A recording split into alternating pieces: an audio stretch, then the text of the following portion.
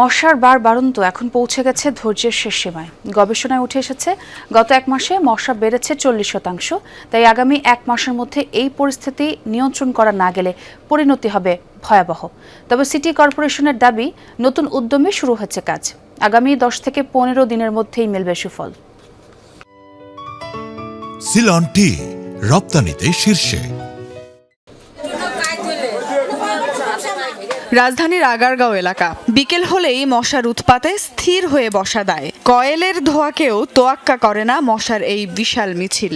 দিনের বেলা ঘরে বসতে পারি না, কথা কইলে মুখে ঢুকে যায়, নাকে ঢুকে যায়। অনেক মশার জন্য থাকা যায় না। আমাকে মশা একটু টয়লেটে যাবি, হেও মশা। ড্রেনগুলো একটু ঠিক মতন পরিষ্কার না। এই এলাকার পাশের খালেই যেন চলছে কিউলেক্স মশার চাষ।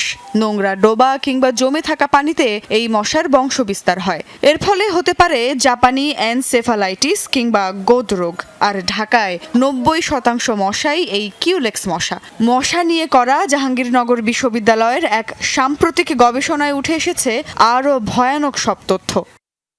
গবেষণা বলছে, জানুয়ারির তুলনায় চলতি ফেব্রুয়ারি মাসেই মশা বেড়েছে 40%, আর 1 ঘন্টায় কামড়াতে আসা মশার সংখ্যা 1 মাসে বেড়েছে প্রায় দ্বিগুণ। ঘন্টায় মাত্র 5টি মশা কামড়াতে এলেই সেটি বিশ্বমান অনুযায়ী বেশ ক্ষতিকর হিসেবে ধরা হয়।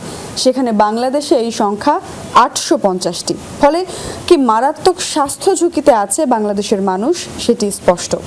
বিশেষজ্ঞরা বলছেন, হঠাৎ করেই মশার বৃদ্ধির পেছনে মোটা দাগে কাজ করছে দুটি কারণ। এখনই জোরালো ব্যবস্থা না নিলে মার্চে পরিস্থিতি নিয়ন্ত্রণের বাইরে চলে যেতে পারে। উপযুক্ত তাপমাত্রা, পর্যাপ্ত পরিমাণ খাবার পানিতে থাকা এবং ড্রেন বা নর্দমাগুলো আটকে থাকার কারণে একসাথে প্রচুর পরিমাণে কিউলেক্স মশার লার্ভা থেকে এখন পূর্ণাঙ্গ মশা বেরিয়ে আসছে। লার্ভিসাইড ছাড়া এই মুহূর্তে ফগিং করে মশা নিয়ন্ত্রণ করা খুব বেশি সহজ নয়।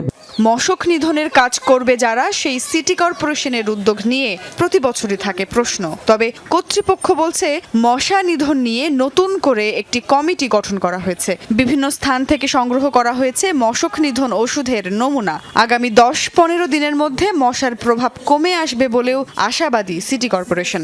আজকে কিন্তু না জানিয়ে কিন্তু ফিল্ডে গিয়েছি। ফিল্ডে যে যারা মশা স্প্রে করছে তাদের কাছ থেকে আমি স্যাম্পল কালেক্ট করেছি। এটা আমি ল্যাবে পাঠাবো। ল্যাবে পাঠানোর পরে টেস্ট রিপোর্ট আর প্লাস হলো আমাদের যখন আমরা ওষুধটা ক্রয় করি ওই রিপোর্ট, দুটাকে মিলিয়ে দেখবো যে আসলে কোনো অসামঞ্জস্যতা আছে কিনা। যে কোনো মূল্যে মশার বিস্তার রোধ করতে কর্তৃপক্ষের আরও জোরালো ও কার্যকরী ভূমিকা চায় সাধারণ মানুষ। প্রতি বছর মশক নিধন নিয়ে সিটি কর্পোরেশনগুলোর কার্যক্রম থাকে প্রশ্নবিদ্ধ। এমনকি যেই ওষুধগুলো ছিটানো হচ্ছে সেগুলোর মান নিয়েও থাকে প্রশ্ন। তবে সিটি কর্পোরেশনের দাবি, নতুন উদ্যমে শুরু হয়েছে কাজ।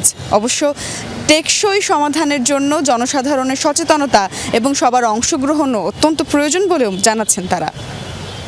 সুমাইয়া ঐশী, যমুনা নিউজ, ঢাকা।